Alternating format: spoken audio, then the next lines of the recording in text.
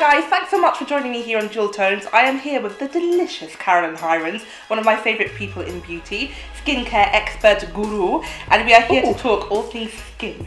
Hi. So thank you so much for joining us. I like that intro. Come to do some on my channel with that intro, please. I'd love to. Beautiful. Thank you. But yeah, so thanks so much for joining us.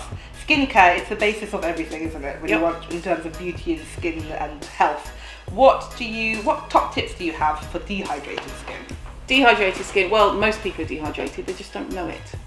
So they think they have these issues when actually if they just got some water onto their face and kept it there, they might find that their problems are solved. This is basically zinc water. Sounds really lame. It's not sort of, you know, a miracle product, but if you're going to do a spritz, you may as well do it with something that isn't just plain water, because what's the point? Exactly. So this one will just, especially because we were talking about oily combination skins or skins that might be temperamental, if you do use an acid and you spritz this on top, at least you're doing something to aid skin, which is what the zinc will do. And good for dehydration. Yeah, and it just keeps you moisturised without using anything really heavy. Yeah. And what does the zinc do? Is it just like a... Zinc is just really good for the skin. So it's a mineral that you would take, you know, you find in your system, but it's a mineral that you would take to aid the skin. And that's why they specifically say, which obviously I disagree with, for oily, blemish-prone skin, because anyone can use it. But it is particularly good if you have those issues. And does that go for, because you know lots of girls with deep skin tones are combination or oily, so even if you're oily combination, you can still be dehydrated? Most oily combination skins are dehydrated. Wow. Especially acne. Yes. Because you strip the skin, so they use foaming washes, they don't put they use oil-free moisturisers, so their skins are really compromised, which just exacerbates the whole spot, stroke acne, stroke combination problem, and it's just a vicious circle. So what's the top tips to stop the circle? This is Kate Somerville oil-free. This is amazing because although it's oil-free, it's still really hydrating and it has plant oils. It's red algae, which is really good for calming combination and acne skins, and just a really lovely cream. You can use it even if you don't have particularly oily skin, but you want something light, for example, for the summer. So this one is hyaluron moisture jelly, really easy to use. This is actually their sort of moisturizer version, and they do also do a gel in a tube. And this is hyaluronic acid. So the easiest, the lightest way, and really good for what I would call a heavy skin that feels quite clogged or is combination or acne. You want to just pump the water. You just want something on, and then don't foam.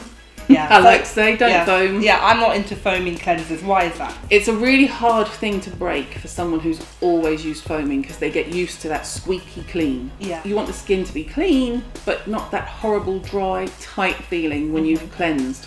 So switching out a foaming cleanser to something more hydrating, or even an oil-based cleanser, which always sends people over the edge when you say that. But like, it's light with oil on this face. Yeah, light with light. Completely. So you've got oil, use oil. Exactly. But as long as it's a good plant-based oil, you're not going to be compromising anything on your skin that's even vaguely acneic or spots, or even the oiliness, the greasiness. It will all be much more beneficial for you to use an oil-based cleanser. And what do you think about mineral oil? I'm not a fan. Some people use it. If you use it, I would say if it ain't broke, don't fix it. But if your skin is great and you use mineral oil, absolutely keep using it, you know. But for a lot of people, it can be a problem for either blocking the pores. Yes, a lot of brands will use it. A lot of the bigger brands that you can buy in a chemist or a supermarket, for example, will use mineral oil because it's cheap, it's generic, and most people won't have an allergic reaction to it, although there are lots who do. So they use that because it's a safe bet, and it stops returns, and it keeps their bottom line high, basically. Plant oils are more expensive, especially once you go down the organic road. So that's why I always get the question, why is organic so much more expensive than, you know, and a lot of the time it's because the ingredients just cost more, it's that simple.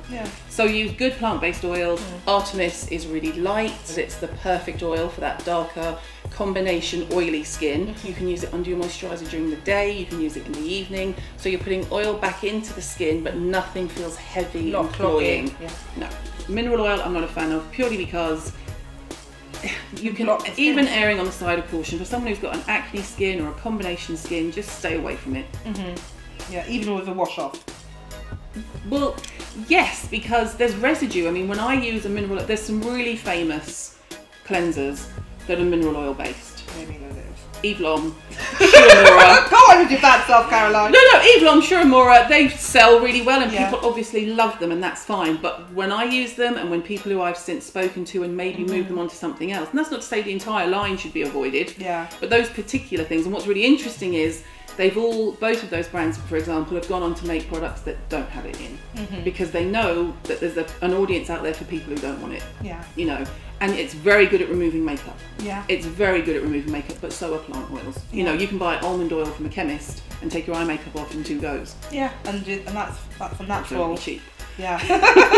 Well, that's fantastic, and that's going to help with dehydration and to make Completely, because if you're using an oil, the oil basically, if your skin's dehydrated, think of it as a sponge that's been semi-submerged in water and then you're lifting it out. So you want your skin to always be like that fat, heavy sponge. Yeah, plump. Plump, full, luscious. Yeah. But if it's halfway out, the top layer, so the epidermis is really dry. Yeah. And doesn't have that ability to retain moisture. It just keeps sort of getting sucked in, and then you're just left with this dry, tight feeling.